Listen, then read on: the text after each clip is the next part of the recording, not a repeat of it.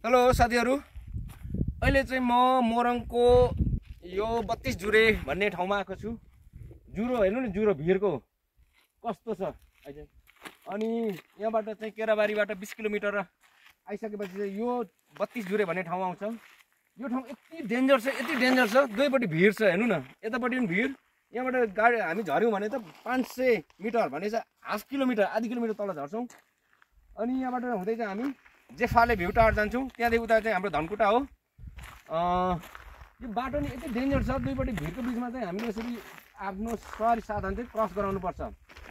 अब यो तारजालीहरू लगाएर चाहिँ यहाँ बारेको रहेछ, तर पनि यो लङ लास्टिङ हुँदैन, किनभने यो तल पुरै भिर छ, यति ठुलो भिर। आमामामा तल हेर त ल, त हो यस्तो तल यस्तो ठुलो भिर छ।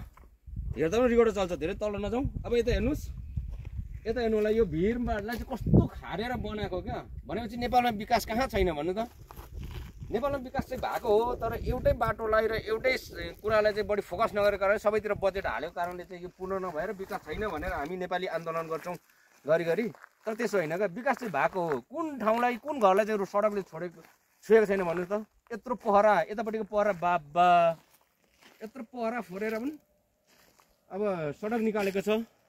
हेर्नु न, गाडीको बिजोग माथि गाडी आइरहेछ, अब सजिलो गरी आइरहेको छैन। अब यतापट्टिबाट हेर्नु है त, यता यता आमामा त गाडी कस्तो तरिका आएको छ हेर्नु त ल। यो कहिले कालो पत्रे होला, सम्भव छ त, छैन नि। बाफ्रे, गाडी आइरहेछ एउटा ल्यान्ड रोभर। कस्तो ठाउँ छ अब, यो खाल्डा छ यता। हेर्नु, यो गाडीलाई हेर्नुपर्छ कि पुरा ढल छ। अलिकति चक्का अलिकति चक्का चाहिँ अलिकति मात्रै तल हुने बित्तिकै पहरातिर झर्छ। अब यहाँ तल जो रोड पनि यस्तो छ रोड त, अनि होइन पर्मानेन्ट हुँदैन नि। यस्तो जालीहरूले कहाँ सकेर गाडीको हालत बाबा। यहाँ चाहिँ ओन्ली 4 व्हिल मात्रै चल्ने रहेछ गाडी। हेर्नु न गाडी, यस्तो भिर पहरामा चलाउने ड्राइभर साधन हो। नेपाली चाहिँ ब्रेक भनेको त्यसै होइन नि। आमामा गाडीको हालत त्यो पहराबाट अलिकति चक्का चाहिँ दायाँ बायाँ हुने बित्तिकै गाडी कहाँ खस्छ भन्नु त। भनेपछि हामी नेपाली ड्राइभरहरू चाहिँ जहाँ पनि ब्रेक क्या बाबा। अहिले अझै बादल लागेको छ कि, बादल नलागेको भए नि यो ठाउँ यस्तो देखिन्थ्यो। तपाईँहरूले पछि आउनु सक्नुहुन्छ। यो चाहिँ आउने बाटो भेटा, धनकुटाको भेटा हुँदै पनि आउनु सक्नुहुन्छ। अनि तल सुनसरी अथवा मोरङको सुनसरी धरान बजार हुँदै यता केराबारी खतम खोला हुँदै त्यो केराबारी मोरङको लागेपछि 20 किलोमिटर आउनुभयो भने पनि यो ठाउँ आउनु सक्नुहुन्छ। मलाई फेरि तपाईँहरूलाई एकदमै यो पहरा चाहिँ देखाउनु मन लाग्यो क्या।